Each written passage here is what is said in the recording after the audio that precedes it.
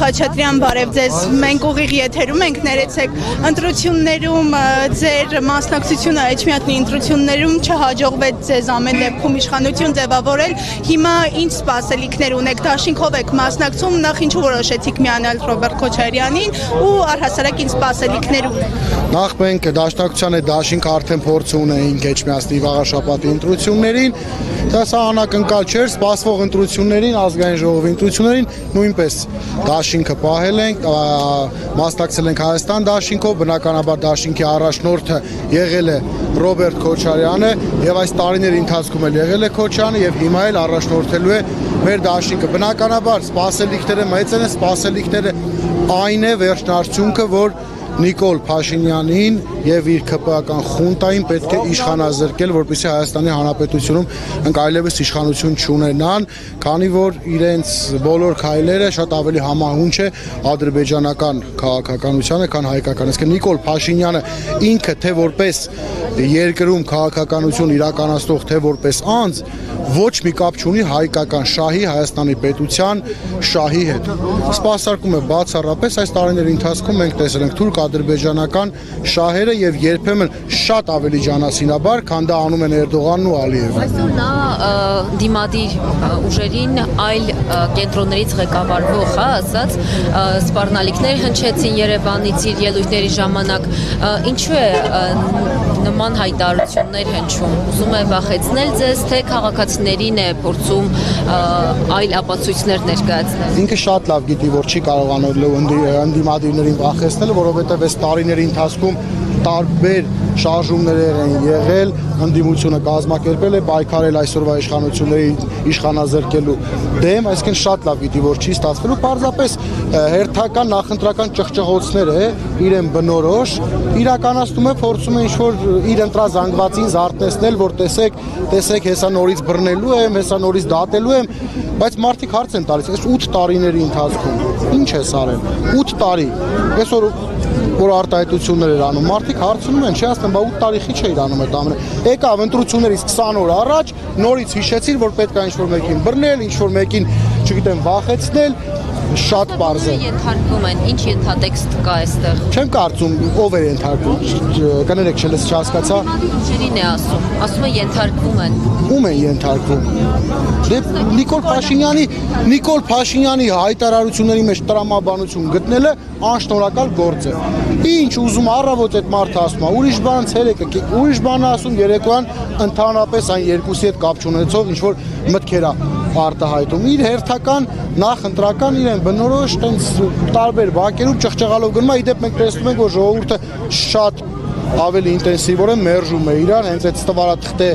քարտեզները չվերցնելով, իրենց նախընտրական բուկլետները չվերցնելով, հիմնականում էլ իրենց ԿՊԱ-ական աշխատողներին, տարբեր կառույցների, մանկապարտեզներից սկսած թաղապետանից վերջացրած, ինչ որ պաստանովկաներ են անում տարբեր թաղամասերում, իբր թե ժողովուրդը մեծ ուրախությամբ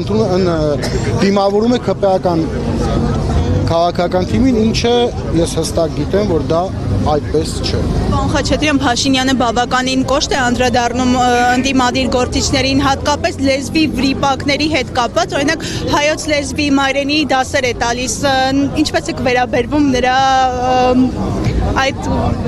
անկեղծ ասած հումորով էլ չէ, ոչ էլ ժպիտով, սենց քամահրանքով են վերաբերվում, յուրաքանչյուր մարդ խոսելու ժամանակ հնարավոր է, որ ինչ-որ տառի բարի վրիպում տեղ ունենա, այդ թվում նաև ինքը շատ հաճախ անում է, չէ, ինքն էլ պղնձամոլիբդենային բառը չէր կարող արտահայտել։ Հիմա ինչ առավոտյան մենք էլ ուղիղ եթեր մտնենք, սկսենք պղնձամոլիբդենային բառը սենց տառերով, այնուհետև վանկերով, այնուհետև ամբողջական բառն ասել։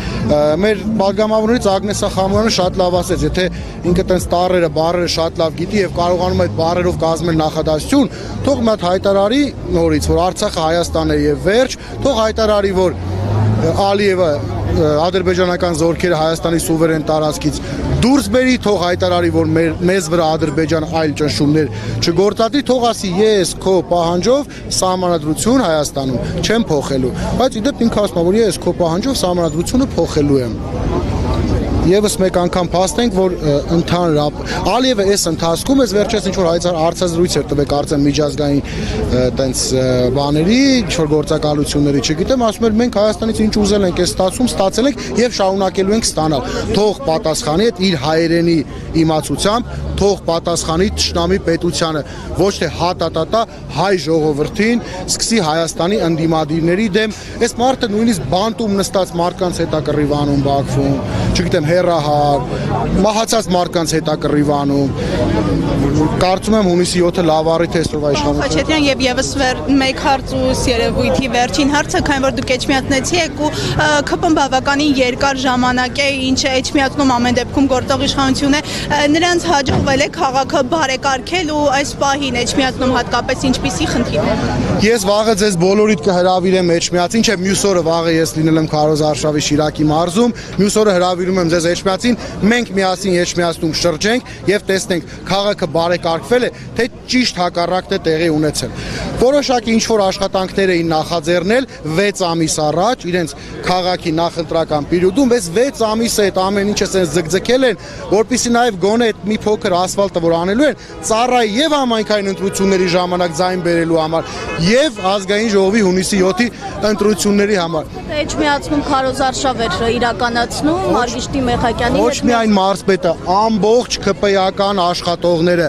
երբ որ նայում եմ Էջմիածնում իրենց քարոզը, ինձ թվում է ամբողջ մարզի պետական ապարատը համայնքապետարանից սկսած բուժ ամբուլատորիաներից վերջացրած չի աշխատում, ոչ մեկ գործի չեն։ Բոլորը զբաղված են իրար սրտիկ անելով։ Մեր մարզպետը լավ կանի, որ այդ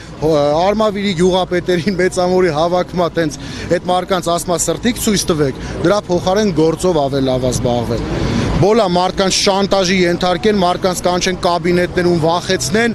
որը իմանալով որ այդ մարդիկ ունեն ընդդիմադիր Հայաստան, մեկ է քվյախցում այդ մարդիկ, իրենց չեն քվյարկելու։ Իրավապահները էլի ձեր շտաբերի կողքերը պտտվում են։ Այս պահին դեռ նման բաներ, դե հարց ու փորձ լինում է, գալիս են գնում են, մեր Էջմիածնի ոստիկանության բաժինը գրեթե բոլորին ճանաչում ենք, տենց ինչ որ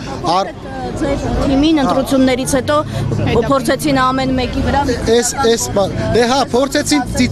ծիծաղալու շատ ծիծաղալու գործեր փորձեցին հարուցել ամեն դեպքում իրենց գործելա ոչ թե դրանից մենք չենք այսպես ասած վախեցել եւ մենք մեր հաստատակամ ճանապարհով գնալու ենք առաջ ինչ վերաբերում ոստիկանությանը կարծում եմ ոստիկանական ճնշումներ իհարկե սպասվելու են Շնորհակալություն մի հարց էլ կապված վերջին շրջանում էս վերջի օրերի Քարոզ Արշավի հետ ինչպեսին է տպավորությունը մարդկանց մոտ ինչպես են արձագանքում ընդհանրապես ինչպես եք դուք տեսնում մարդկանց տրամադրված Շատ լավ մենք արդեն եղել ենք մի քանի մարզերում ենք եղել այսօր Երևան քաղաքում առաջի հավաքներ տեսնում ենք որ բնակիչները բավականին ողջավորված են չնայած այս տոտալ վախի մթնոլորտին այս մարդիկ վիդեոներով հետո նայում են հասել են արդեն հորքուրներին մորքուրներին ով մասնակցում է